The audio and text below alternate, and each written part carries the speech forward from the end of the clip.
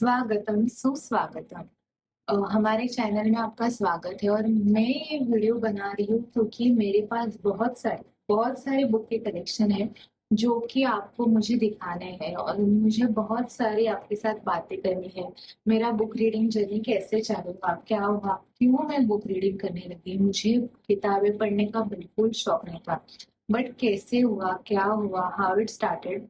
So step by step अपन एक एक क्वेश्चन कवर अप करते जाएंगे। तो फर्स्ट क्वेश्चन ये है कि बुक रीडिंग हैबिट कैसे चली।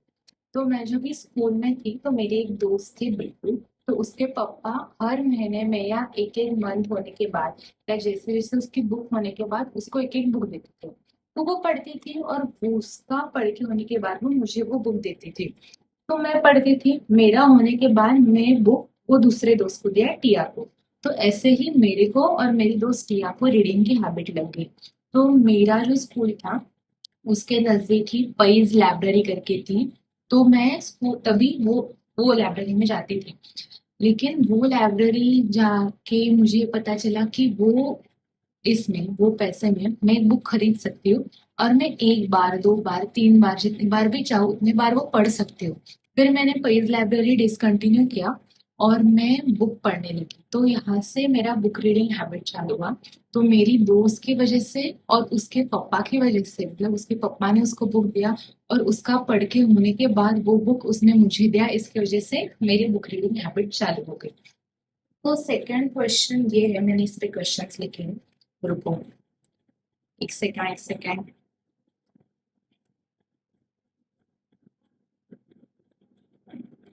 तो सेकंड क्वेश्चन, मुझे ऐसा लगता है कि रीडिंग क्यों करनी चाहिए, कि रीडिंग से क्या होता है। तो फर्स्टली हर एक इंसान का माइंडसेट एक फिक्स होता है कि मेरा ये माइंडसेट है या मैं इस हिसाब से ये चीज अच्छी है या ये चीज बुरी है, इस हिसाब से अपना माइंडसेट होता है। तो मुझे ऐसा लगता है जब भी कुछ ऑथर अपना थॉट लिखता है तो वो उसका पूरा माइंडसेट वो बुक पे लिखता है कि मैं ये मुझे सही लगता है, ये मुझे गलत लगता है। तो कभी कभी आप जब भी ऑथर के बुक्स चूज करते हो तो मुझे ऐसा लगता है कि आपको बहुत ही सिलेक्टिव होना चाहिए। बिकॉज जब भी आप रीडिंग करते हो आप अपना टाइम, अपना वैल्यूएबल एफर्ट्स, और कभी कभी आप जो रीड करते हो वो आपके माइंड में फिक्स हो जाता है। तो इट इज वेरी इंपॉर्टेंट कि आप अच्छी चीजें पढ़ो, वो चीज पढ़ के आपकी लाइफ अगर यहाँ है तो यहाँ इम्प्रूव हो, ना कि यहाँ डिग्रेड हो। तो बहुत सारे ऐसे ऑथर्स हैं जो अच्छे अच्छे बुक्स करते हैं जिस हिसाब से आपकी लाइफस्टाइल बहुत वे से इम्प्रूव होती है। तो मैं ना फ्रिक्शनल रीड करती हूँ, ना ही मुझे लव स्टोरी, बी स्टोरी, ये बकवास चीजों, मतलब ये बुक्स पढ़ने में मुझे इंटरेस्ट नहीं। तो मैं एक तो रियल लाइफ स्टोरीज पढ़ती हूँ जो पढ़ के मैं इंस्पायर हो सकूँ कि वो अगर डाउन पीरियड में थे या उनकी लाइफ में बहुत ही डाउनफॉल था तो वो कैसे आगे बढ़े या उन्होंने कैसे अच्छे अचीव किया। तो मैं अभी आपको मेरा जब कलेक्शन दिखाऊंगी तो आपको आधी ट्रू स्टोरीज ही दिखेंगे। तो ये था मेरा सेकंड क्वेश्चन। तो अभी अपन जाते हैं थर्ड क्वेश्चन की ओर।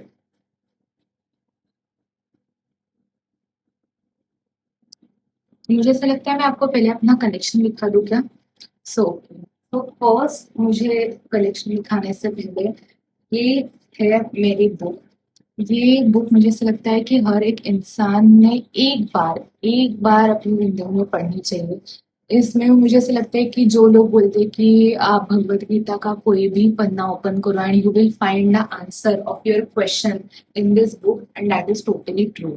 तो मैं जब भी 18 ईयर्स कंप्लीट हो गए थे तो मुझे ऐसा था कि अभी 18 ईयर्स की मैं हो गई हूँ, now I am adult, I am officially, वो स्टेज मेरा चालू हो गया। तो अभी मुझे भगवत गीता पढ़नी है। तो by the grace of God मैं जब भी 18 ईयर्स हो गई थी मैंने ये इस्कॉन जू से लिया और मैंने पढ़ा और मेरा तुरंत 3 मंथ्स में हो गया। और अभी भी मैं कभी कभी, मुझे ऐसा लगता है कि आई वांट टू रीड तो मैं डेली बेसिस में भी पढ़ती हूँ। तो मुझे ऐसा लगता है कि भगवत गीता आपको जिंदगी में एक बार पढ़नी चाहिए। इसमें आपके जिंदगी के सभी सवाल, सभी क्वेश्चंस के सभी आंसर्स है। और जो अपना ये रहता है ना, मेरा भगवत गीता पढ़ने के बाद मेरी लाइफ में ये चेंजेस है कि फर्स्ट थिंग इज अपना जो रहता है मैं ये करती हूँ या मेरी वजह से ये सब होता है, वो अहम भाव या मेरा जो अपना गुरु रहता है वो चला जाता है। दूसरा इज आप सिर्फ कर्म करते जाते हो, लाइक आपको रिजल्ट की चिंता नहीं होती, आपको सिर्फ पता है कि मेरे यहाँ ये कर्म है और मुझे ये कर्म करना है, आगे का भगवान देखेगा।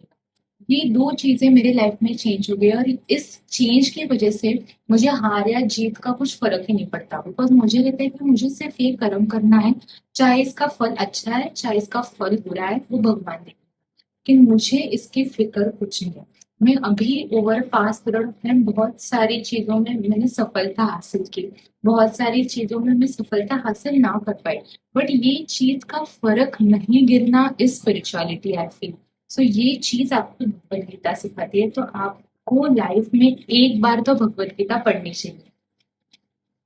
तो सेकंड है मेरी ये बुक्स, मैं बहुत स्पिरिचुअल बुक्स पढ़ती हूँ, उसमें से सेकंड है, इसमें सब कृष्णा की बाल लीलाएं हैं जो मुझे बहुत पसंद है, कि उसने कितने मस्तीखोर नटखट उसके बाल लीलाएं की, क्या बाल हरकतें की, तो ये सब ये भी मैंने इस्कॉन से ही लिया था। जो कि इसमें बहुत है, इसमें बहुत सारे ब्यूटीफुल ब्यूटीफुल पिक्चर्स है, बहुत सारे अच्छे अच्छे हैबिट्स है, या बहुत सारी ऐसे ऐसे लीलाएं हैं जो आपको पढ़ के आपका मूड अच्छा करवा देगी। So this is the second book. So third book ये है श्री चैतन्य महाप्रभु की, जो कि मुझे पढ़नी है। मैंने ली, लेकिन मैं ऐसा बोलते हैं कि ये पढ़ने के लिए आपको स्पिरिचुअल लेवल में बहुत ऊपर जाना पड़ता है, जो कि मुझे ऐसा लगता है अभी तक मैं नहीं पहुंच पाई हूँ। तो ये अभी तक मेरे से सिर्फ लगता है हार्डली एक दो पन्ने पढ़े गए, और फिर बीच में मेरा एग्जाम चालू हो गया, कुछ ऐसा गड़बड़ गोंधल हो गया कि इसकी वजह से मैं कंटिन्यू पढ़ ही नहीं पाई। तो मेरे को ये कि 2026 खत्म होने से पहले मुझे ये कंप्लीट करना है, तो देखते हैं हो पाता है कि नहीं। तो थर्ड बुक जो कि मैंने अभी रिसेंटली कंप्लीट की थी वो थी ये रतन टाटा की बुक। तो मुझे ऐसा लगता है कि जिनको बिजनेस में है, या जिनको ये फर्स्टली रतन टाटा ने जितने जितने बिजनेस एस्टैब्लिश किए थे वो बुक पे है। अभी रिसेंटली टाइटन सीरीज आई थी, तो अगर आपने टाइटन सीरीज आपको पसंद आई रहेगी, टाइटन सीरीज में हर एक चीज के बारे में स्ट्रैटेजी है, मार्केटिंग हो, क्या जीरो से कैसे उन लोगों ने सब किया, तो हर एक स्टेज जिसे दिखाया गया है, वैसे ही ये बुक में हर एक कंपनी के स्टेज के बारे में, कैसे एस्टैब्लिश किया रतन टाटा का। वो पहले इंडिया में थे, फिर वो फॉरेन गए, उन्होंने उधर आर्किटेक्चर परस्यू किया, वो सब चीजें आपको ये बुक में है। अगर आपका बिजनेस में इंटरेस्ट हो, फाइनेंस में इंटरेस्ट हो, या आपको हर चीज सीखना हो कि स्क्रैच से लेके हम लोग कैसे चालू करें, तो this is the best book I will recommend to you. आप पढ़ो, इसमें पूरा रतन टाटा के जितने जितने कंपनी उन्होंने एस्टैब्लिश किए and they are doing really good today, तो पूरा इस ये किताब में है। तो थर्ड बुक होने के बाद फोर्थ बुक मैं रिकमेंड करूंगी इज दिस इकिगाई। सो इसमें जो हैबिट्स है, लाइक ये एक जापानीज बुक है। तो इसमें कहा जाता है कि जापानीज के जो लोग रहते हैं वो बहुत ज्यादा साल तक जीते हैं, या जापानीज में बहुत ऐसा 100 इज द मिनिमम रेंज, जो कि हम लोग अपने देश में नहीं देख पाते। अपने देश में अगर 80 तक भी किसी ने जी लिया तो अपन बोलते हैं वाह कितने साल जी लिए, लेकिन इन लोग के इधर 100 इज द मिनिमम, तो मैक्सिमम तो आप सोचो ही मत। तो ये बुक का मुझे ऐसा लगता है एक पॉइंट अगर मैं हाईलाइट करना चाहूँ, कि वो उन लोग ने बोला था कि जब भी हम लोग खाना खाने को बैठते हैं तो हम लोग कभी भी फुल पेट नहीं भरना चाहिए, हम लोग हमेशा 80:20 के रेशो में अपने को खाना चाहिए। इस हिसाब से हम लोग ऐसा बोलते हैं कि हम लोग खाना खाने के बाद मुझे बहुत हैवी लग रहा है, मुझे बहुत नींद आ रही है, वो ये चीज होता है क्योंकि अपन अपना पेट फुल भरते हैं। और जापान में one of the most best thing मुझे ऐसा ये लगा ये बुक पढ़ने के बाद, इसके उन लोग के इसमें रिटायरमेंट ऐसा थीम ही नहीं है। उनके इसमें अगर 55-60 भी क्रॉस कर लिया उसके पहले ही लोग बोलते हैं यार मुझे रिटायर होना है, मैं कितना साल मैंने मेहनत किया। तो वो लोगों के इसमें रिटायरमेंट एक कंसेप्ट ही नहीं है। वो लोग में इसमें कितना भी आप ओल्ड हो, कितने भी आप बूढ़े हो जाओ, चाहे आपका शरीर आपको साथ ना दे, but they keep on working. So वो आपकी बॉडी को एक्टिव रखता है, आप चार लोगों से जाके इंटरेक्ट करते हो, उसकी वजह से आपका माइंड फ्रेश होता है। उसकी वजह से मुझे ऐसा लगता है कि उन लोग का जीने के जो साल है वो और ज्यादा बढ़ते हैं। और बहुत सारी ऐसी चीजें हैं जो कि मेरी एज अ पर्सनल लाइफ में ग्रो कर पा रही हूँ, वो ये बुक पढ़ने के बाद। सो आई फील आपको ये बुक जिंदगी में एक बार तो पढ़नी चाहिए। इसमें मुझे ऐसा लगता है ये 10 थिंग्स है, आपको दिख पा रहे हैं क्या? ये 10 चीजें हैं जो कि आपको जिंदगी में करनी चाहिए। सो आई फील कि आप ये बुक पढ़ो प्लीज, एक बार एक book पढ़ो। और इसमें बहुत ऐसा इजी लैंग्वेज में लिखा है, एकदम ऐसा हार्ड या बहुत फास्ट ऐसा कुछ है नहीं कि आप समझ ही नहीं पाओगे या सब सिर के ऊपर से उड़ जा रहा है, नहीं, एकदम इजी लैंग्वेज। बाद में rich dad and poor dad, ये बुक में ये ऑथर के दो डैड रहते हैं, एक डैड रहता है रिच और एक डैड रहता है पुअर। तो इसमें ऑथर ने रिच डैड और पुअर डैड के माइंडसेट के बारे में बात की है कि पुअर डैड कैसे माइंडसेट अपने बच्चों को देता है या अपने थॉट्स पास ऑन करता है टू नेक्स्ट जनरेशन, और रिच डैड कैसे अपना थॉट प्रोसेस पास ऑन करता है टू नेक्स्ट जनरेशन। तो मुझे ऐसा लगता है कि ये बुक आप एक बार पढ़ो, और ये बुक से अगर मुझे एक टिप देनी रहेगी तो रिच डैड की ही ऑब्वियसली मैं दूंगी। तो रिच डैड ने उसके ऑथर, मतलब ये जो ऑथर है उनको बोला था कि अगर आपको किसी भी चीज में इन्वेस्ट करना है, मनी में हो, तो लाइक आपके पास पैसा आया तो आप किस चीज में इन्वेस्ट करोगे? तो उन्होंने बोला था कि आप एसेट में इन्वेस्ट करो। एसेट में मतलब आप प्रॉपर्टी बाय करो। अगर आपने आज एक प्रॉपर्टी 70 लाख में बाय की, तो जब भी आप बेचोगे तभी उसका 80 या 90 लाख ही रेट होगा। बिकॉज एसेट का रेट या कौन सी भी प्रॉपर्टी का रेट हमेशा बढ़ता ही है, कभी कम नहीं होता। इसलिए रिच डैड ने बोला था कि best investment is always in its asset. कौन सी भी इन्वेस्टमेंट करनी हो तो एसेट में करो। इसलिए अगर आपको कोई भी इन्वेस्टमेंट करनी हो तो आप ब्लॉक लो या कौन से भी प्रॉपर्टी में इन्वेस्ट करो। ऐसे बहुत सारे टिप्स है ये बुक में जिसकी वजह से आपका मनी रिलेटेड या फाइनेंस रिलेटेड नॉलेज ग्रो होगा। तो आपको वो करना रहेगा तो आप ये बुक जरूर पढ़िए। फिर ये बुक मेरी मम्मी ने मुझे लाई थी, और ये बुक मेरी मम्मी ने मुझे स्कूल में नहीं दी, मुझे कॉलेज में लेके आई कि बोली यार मुझे बहुत अच्छा लगा। बट ये बुक में ऐसे बहुत इजी इजी लेसन है छोटे छोटे कि जब भी अपन हम लोग बड़े होते हैं, कभी कभी अपन छोटी छोटी चीजें अपनी लाइफ में भूल जाते हैं जैसे जैसे अपन बड़े होते हैं। मुझे ऐसा लगता है कि मैं मम्मी को थैंक्स बोलूंगी कि आपने बुक लाई, और बहुत सारे छोटे छोटे वैल्यूएबल लेसन थे जो कि हम लोग बड़े होते होते भूल गए थे, और बचपन में आपने मुझे सिखाया था। तो ये मेरा रिवीजन हो गया ये बुक पढ़ने के बाद। तो ये सुधा मूर्ति की बुक, सुधा मूर्ति की बुक्स मैंने स्कूल में बहुत सारी पढ़ी, बहुत सारी। लाइक ये भी और एक बुक है, ये ट्रू लाइफ स्टोरी है। वो एक बार केबीसी में आए थे तभी उन्होंने इंसिडेंट्स बोला था, और मैंने अभी तक ये बुक नहीं पढ़ी है बट मुझे पढ़नी है। अभी ये 2026 खत्म होने से पहले मैं पढ़ूंगी, ऐसा मैं मैनिफेस्ट करती हूँ। तो ये एक बुक है, ये ट्रू स्टोरी है। इंडियन वुमेन्स जो है उनकी लाइफ की ट्रू स्टोरी है जो कि मुझे पढ़नी है और मैं जरूर पढ़ूंगी। और ये अभी मुझे पता है कि आप लोग स्कूल में 10th स्टैंडर्ड में हम लोग को मराठी में एक लेसन था वजनवरती। तो वो था पु ल देशपांडेचा, लाईक बटाट्याची चाळ ह्या ह्याच्यावरून ते वजनावरती हे होतं की ते उपास करतात, उपास उपास त्या धड्याचं नाव होतं। आणि that was one of my favourite lesson. Like जब भी मैं 10th का बोर्ड का पढ़ाई करके थकती थी या मुझे कुछ मूड नहीं रहता था, तो मैं उपवास से पढ़ती थी, और वो पढ़ने के बाद मेरा एनर्जी ऑटोमेटिक अप हो जाता था, और फिर मैं दूसरा सब्जेक्ट का पढ़ाई करने के लिए चालू थी। तो तभी मुझे Phule Deshpande as a author, as a writer, या एज अ उनका जो बहुत ही मूड एनलाइट करने का जो तरीका है लिखने का वो मुझे पसंद है। तो वो पसंद आने की वजह से ये फुले देशपांडे है, जिन पता नहीं लगा मराठी साहित्य के बहुत बड़े लेखक है। तो उन्होंने बहुत हंसाया है। इनके ऊपर मराठी में मूवीज भी है, अगर आपको देखना हो तो आप देख सकते हो। और इनकी ये बटाट्याची चाळ, जो कि उपवास मेरा मराठी 10th स्टैंडर्ड में लेसन था, वो पढ़ने के बाद मुझे पसंद आई। और फिर मैंने ये बटाट्याची चाळ पु ल देशपांडे ये पढ़ी, ये बहुत ही अच्छी है। मतलब जो अपन वो पुराने जमाने में चाल रहते थे तो उधर के लोग एक दूसरे से कैसे बातचीत करते थे, मस्ती मजाक जो आजकल हम लोग सोसाइटी में नहीं देख पाते, वो पूरा ये बुक में। एंड इन लोग ये पु ल देशपांडे की ही सेकंड बुक है Vyakti Ani Valli. This is best book. Like आपको अगर मराठी साहित्य में इंटरेस्ट रहेगा, जो कि मुझे है, तो मैं ये बुक मैंने पढ़ी है। तो ये बुक बहुत अच्छी है, लेकिन जिसमें है कि हर एक इंसान के कैसे अलग अलग स्वभाव होते हैं, उसके ऊपर ये बुक है।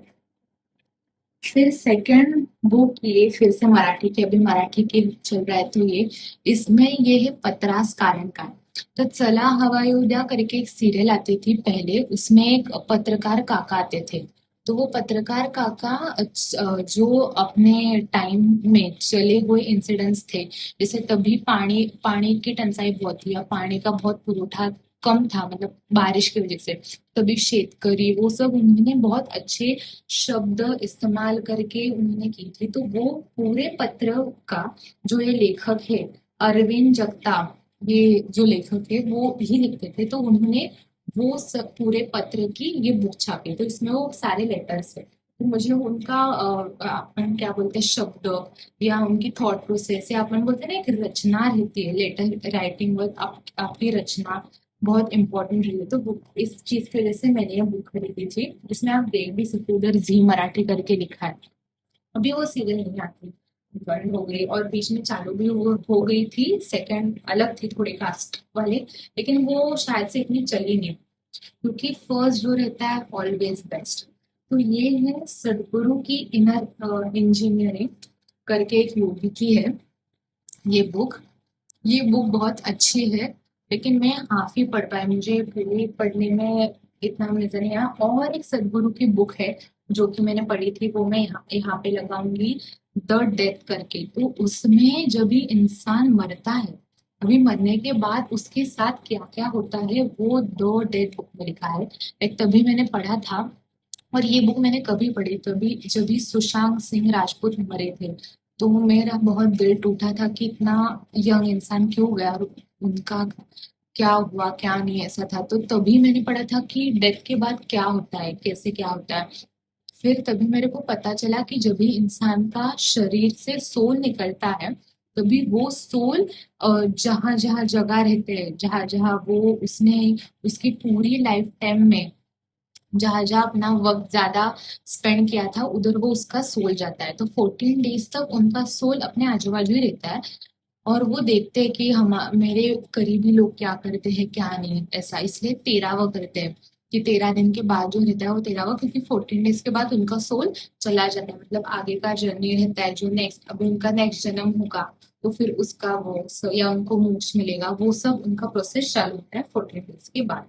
तो वो the death is the best story. वो मैंने लाइब्रेरी, मैंने आपको बोला कि लाइब्रेरी में की, तो मैंने वो लाइब्रेरी से की। और ये है द साइकोलॉजी ऑफ मनी, ये भी अच्छी है, आपको इसमें सब मनी के बारे में, फाइनेंस के बारे में सब पता चलेगा। और जो बुक मैंने पढ़ी थी वो थी प्रियंका चोपड़ा की, जो कि मेरे पास अभी नहीं है, मैंने इसमें की थी, मतलब लाइब्रेरी लगाया था, तो तभी मैंने पढ़ा था। और एक बुक था जो मैंने पढ़ा था, वो एक पाकिस्तान की थी, एक second.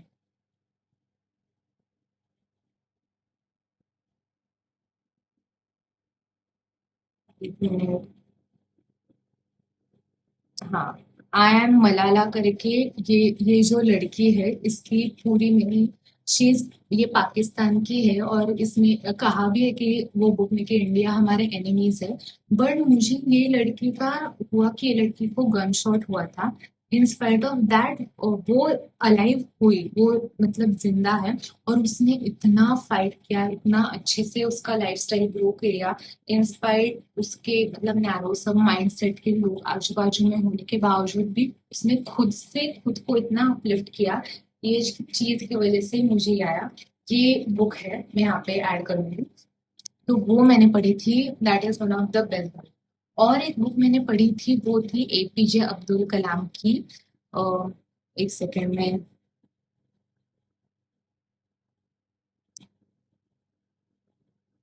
The wings of fire, मैं नाम भूल गई थी।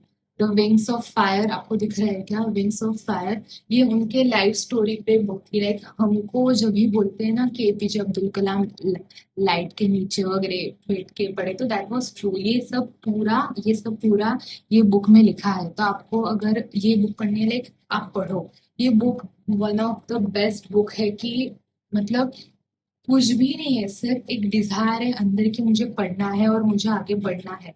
यही ये पूरी बुक है। So Wings of Fire I would recommend you कि आप पढ़ो। मैंने बोला था ना, आधी मेरे बुक्स की लिस्ट ट्रू स्टोरी पे डिपेंड। इवन प्रियंका चोपड़ा की भी बुक आप पढ़ो, उसमें वो बोलते हैं कि उस फर्स्टली उसने वो बुक लिखी है फ्लाइट में, बिकॉज वो इंडिया से अब्रॉड उसका ट्रैवलिंग होता था, तो उसने सोचा कि मैं इतना टाइम बैठ के क्या करूंगी।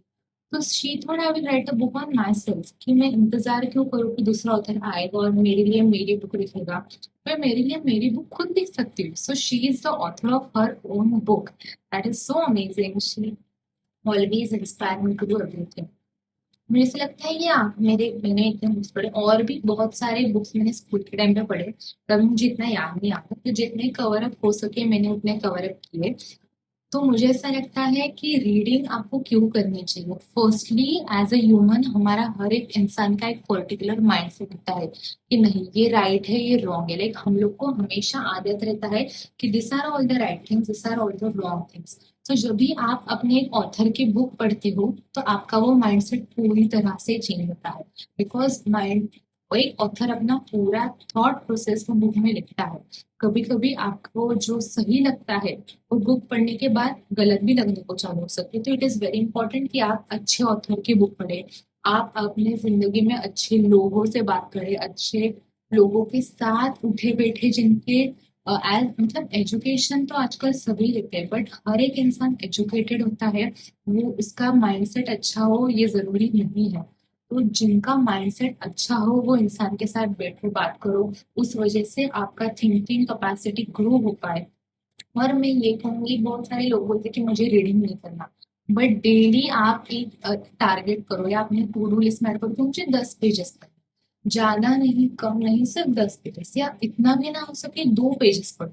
दिन में 2 पेजेस पढ़ो लेकिन रीड करो। आपको अभी नहीं पता चलेगा, लेकिन जब भी आप बोलोगे आप बात करोगे, आपके जहन में, या आप जब भी रीड करते हो तभी आपके यहाँ फिट होता है अननोइंगली, और जब भी आप बात करते हो तभी आपके फिर जबान से अच्छी बात निकलती है, and that creates a good impression of you. But दूसरों के लिए मैं पढ़ूँ ऐसा मैं आपको कभी भी नहीं कहूंगी, आप अपने लिए पढ़ो। आप आपका माइंड सेट है अपने लाइफ में ग्रो करने के लिए पढ़ो। और मैं ये कहूंगी कि अगर आपको पढ़ने के लिए मिलता है तो ई बुक्स में समरी आती है आजकल। यूट्यूब में आपको आपको एक बुक पढ़नी है तो उसकी समरी आती है, तो आप वो समरी से तो मैं क्या करती हूँ, मैं हर एक मंथ मेरा एक बुक का टारगेट रहता है कि ये मंथ मुझे ये बुक कंप्लीट करनी है, जो कि मैंने ये साल से चालू किया। तो हर एक मंथ में एक बुक कंप्लीट करती हूँ। सो इस हिसाब से साल में मेरे को 12 बुक्स कंप्लीट हो जाते हैं। एंड आपको एंड में इतना अच्छा फीलिंग आता है कि एंटायर ईयर में मैंने 12 बुक्स कंप्लीट कर ली। मतलब मुझे अभी 12 डिफरेंट चीज का नॉलेज है, जो कि I can use it anywhere everywhere. So I feel knowledge is very important. But आपके पास सिर्फ नॉलेज है और आप अगर नॉलेज को शेयर शेयर नहीं कर रहे हो तो आपका नॉलेज कभी नहीं बढ़ेगा। Knowledge always grow when you share it. अगर आपके पास कुछ वैल्यूएबल चीज है तो आप दूसरों को बताओ, तभी सामने वाला इंसान उसकी वैल्यूएबल चीज आपको बताएगा। तो इसकी वजह से आप कभी बता पाओगे जब भी आप पढ़ोगे और आपके पास नॉलेज रहेगा। तो या that was it, it was great. ये मेरी फर्स्ट वीडियो थी, मैं बहुत ही कंफ्यूज थी कि कैसे होगा क्या होगा, कैसे मैं बोल पाऊंगी कैसे मैं कह पाऊंगी। बट या आई फील कि मुझे बात करना बहुत पसंद है, मुझे मेरे एक्सपीरियंस शेयर करना बहुत पसंद है। और इसकी वजह से I started this YouTube channel, because मैं मेरी बात अगर बहुत लोगों तक पहुंचा पाऊंगी ये चीज की वजह से। तो आई फील या I am ending this video, and on the end of this video में एक भगवद गीता के 2 श्लोक है जो मुझे से लगता है कि दैट चेंज माई लाइफ। और एक है नॉलेज का और दूसरा है जो सरप्राइज है, तो आप एंड में पढ़ना। और मुझे कमेंट में जरूर बताना कि मैं कौन से बुक पढूं जिस बुक को पढ़ने के बाद मेरी लाइफ में चेंजेस हो, या आपके बुक्स के जो रिकमेंडेशन हो कि आप ये पढ़ो, या आप ये अच्छा है, ये आपके थिंकिंग को चेंज करेंगे, या कौन सी ट्रू स्टोरी रहेगी, कौन सी स्पिरिचुअल बुक रहेगी, तो आप मुझे जरूर रिकमेंड करना, मैं जरूर पढ़ूंगी। That's it all, thank you, love you all, bye.